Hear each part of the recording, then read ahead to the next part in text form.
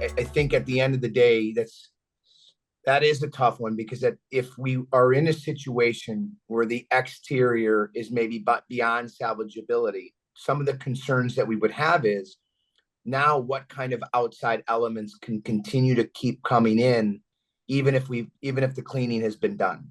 So if you have windows where the window seals have taken on heat damage, you run the risk now that the windows can't seal. If you have a roof that maybe has some holes or some burn marks in it, and there's continued ability for water to come in or soot particles, right? So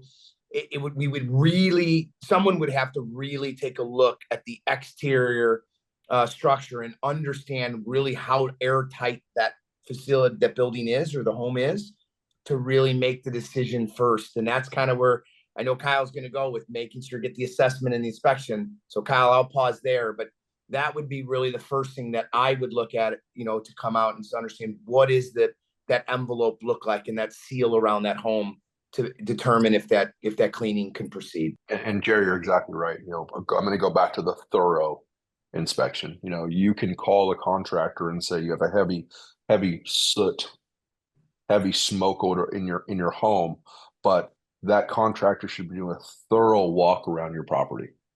To Jerry's point of, these windows have taken on heat, they can't seal.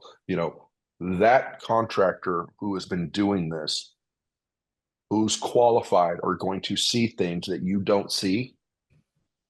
And that will, at the end of the day, get you to a point and your restoration project is completed. You get a contractor that walks in and out of your house in 10 minutes, it's probably not the person that you want.